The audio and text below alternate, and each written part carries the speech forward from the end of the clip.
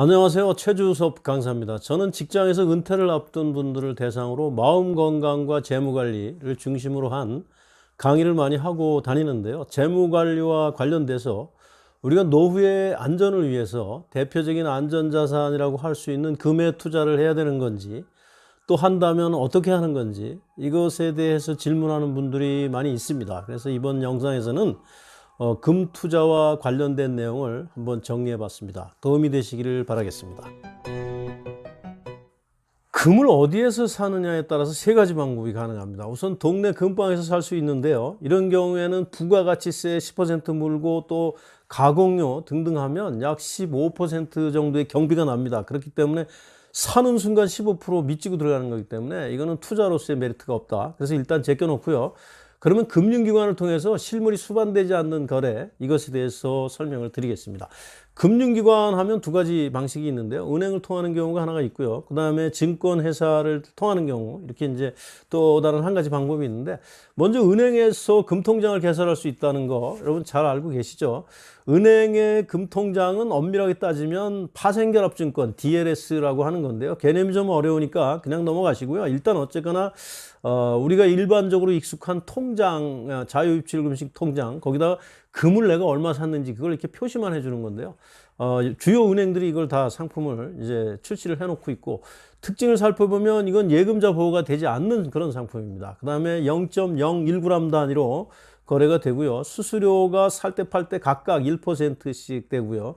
그 다음에 소득이 발생되면 15.4%의 소득세를 납부해야 되고, 나중에 이거를 돈으로 찾아가지 않고 금으로 실제로 찾아가게 되면 마찬가지로 부가가치세가 이제 10%가 붙어서 앞에서 금방에서 사는 거랑 똑같은 이제 그런 거 되죠. 그래서 이렇게 하는 경우는 이제 별로 없는 거죠. 또 하나 중요한 거는 여기는 환율이라고 하는 거가 작동을 하게 된다. 아까 말씀드렸다시피 은행에서 금을 사면 이건 미국 시장의 금값을 기준으로 해서 원달러 환율을 적용한 가격이 기준 가격이 되거든요. 그렇기 때문에 금값이 올라도 많이 올라도 환율이 떨어진다면 이제 이득이 없는 거고요. 또 반대 방향도 가능하겠고요. 어쨌거나 금과 금값과 환율이라고 하는 두 개의 변수가 작동되기 때문에 굉장히 복잡한 구조다라는 걸 일단 말씀드릴 수 있고요. 증권회사를 통해서 증권회사의 계좌를 두고 한국거래소 시장, KLX 시장에서 금거래를 하실 수도 있는데요. 이 한국거래소 시장에 금이 두 가지 현물이 상장이 되어 있어요. 순도 99.9%의 골드바 1kg짜리가 하나 상장이 되어 있고요. 또 100g짜리 미니 골드바가 하나 상장이 되어 있어요. 이 두 개가 상장이 되어 있고요. 1g 단위로 주문을 낼 수가 있습니다. 사고 팔 수 있고, 수수료는 0.3%, 아까 15.4% 은행의 경우에는 이제 소득과세가 됐는데 여기는 과세가 되지 않습니다.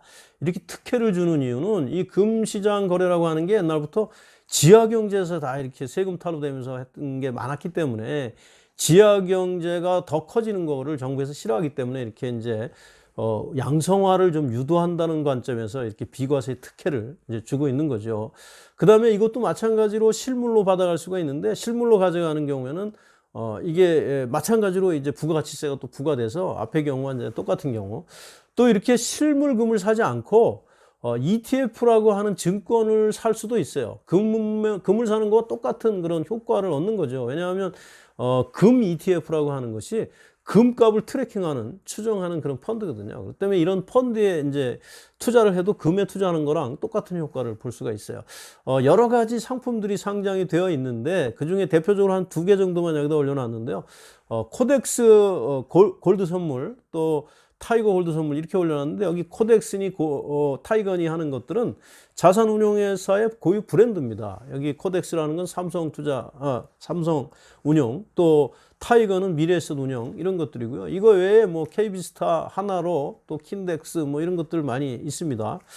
그래서 이거는 고유 브랜드다 이렇게 이해하시면 되고, 그 뒤에 골드 선물 이렇게 붙어 있는 거, 금을 추정하는 상품이라는 거, 가로 열고 H 돼 있는 거는 환율이 해지돼 있다. 그래서 환율 위험이 없다. 이렇게 이제 이해를 하시면 돼요. 세금 이것도 마찬가지로 소득에 대해서 15.4% 내셔야 되고, 수수료 증권회사마다 틀린데 0.7에서 0.3% 정도. 그 다음에 이 상품은 제가 여기 대표적으로 두 개만 올려놔서 그런데, 이거 말고 여기 뭐 골드 선물, 레버리지 엣지 뭐 이런 것들도 있어요. 또 뭐 인버스 엣지 이렇게.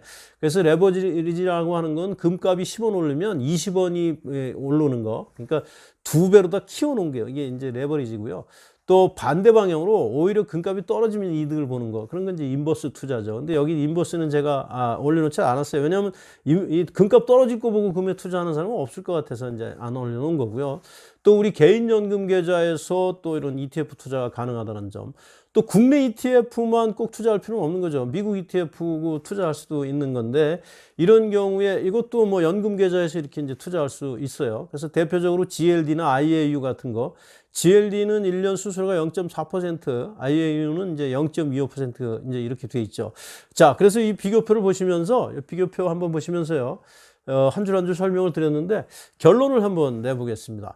우선 은행을 통해서 금거래하는 거는 하지 말아야 된다라고 저는 이렇게 설명을 드리겠습니다. 왜냐하면 장점이랄 게 한 개도 없어요. 왜냐하면 예금자 보호도 일단 안 되고요.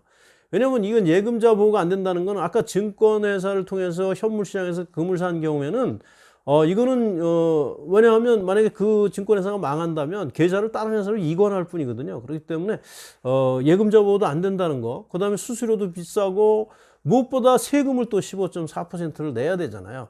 뭐 유일하게 장점이라 그러면 0.01g 단위로 아주 작은 뭐 심지어 한 5, 600원 가지고도 금을 이렇게 사 모을 수 있다, 뭐 이런 장점이 있을 수가 있겠는데, 그거는 뭐 별 장점인 것 같지는 않습니다. 그 다음에 가장 좋은 투자 수단은 역시 세금을 안 내는 KRX의 이 현물 시장을 이용하는 거, 가운데 있는 거요. 이게 가장 유리하죠. 세금을 이제 안 내고 수수료도 싸기 때문에. 그 다음에 ETF를 통해서 금 거래하는 거, 이것도 세금을 물론 납부한다는 점에서 이제 엄청난 단점인데, 다만 환율이 해지되어 있다는 거. 그 다음에 아까 그 바로 앞에서 말한 현물 시장도 환율이라고 하는 것이 간접적으로 다 영향을 미치고 있는 거죠. 환율이나 금값 이런 것들을 반영해서 시장에서 매도 매수가 이제 일어나는 거죠. 그렇기 때문에 환율이 해지되어 있다는 점, 그 다음에 레버리지 효과, 인버스 이런 다양한 투자가 가능하다는 점, 연금 계좌에서 투자가 가능하다는 점, 이런 특징이 있습니다. 그래서 개인별 특징에 따라서 일단 금 투자만을 가지고 생각한다면 KRX 시장의 현물이 가장 유리하다.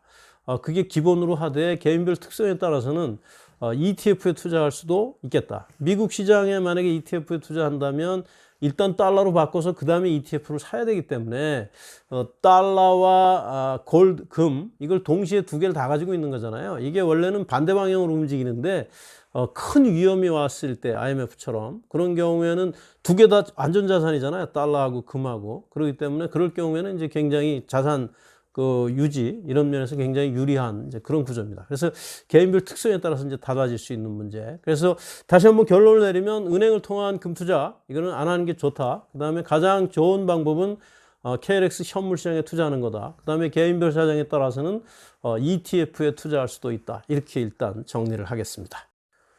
앞에서 KRX 시장을 통한 현물 거래가 가장 유리하다 이렇게 말씀을 드렸는데요. 실제로 이 화면은 지난주 금요일 11월 27일 날 거래 화면 하나 캡처 떴습니다. 여기 보시면 맨 위쪽을 보시면 금 현물 1kg짜리, 그리고 오른쪽은 100g짜리 미니 골드바, 이렇게 두 개 상품을 올려놨습니다.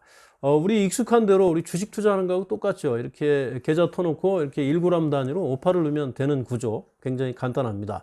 다만 한 가지 궁금하실 거는, 여기 1kg짜리하고 100g짜리하고 똑같이 1g씩 산 건데 왜 가격이 조금 차이가 날까라는 건데, 미니 골드바가 실물로 찾아갈 때 조금 더 편리하죠. 왜냐하면 100g 단위로 찾아가니까. 이쪽 거는 1kg 단위로 찾아가야 되고, 그런 게 조금 반영된 게 아닌가 이렇게 생각이 되고요.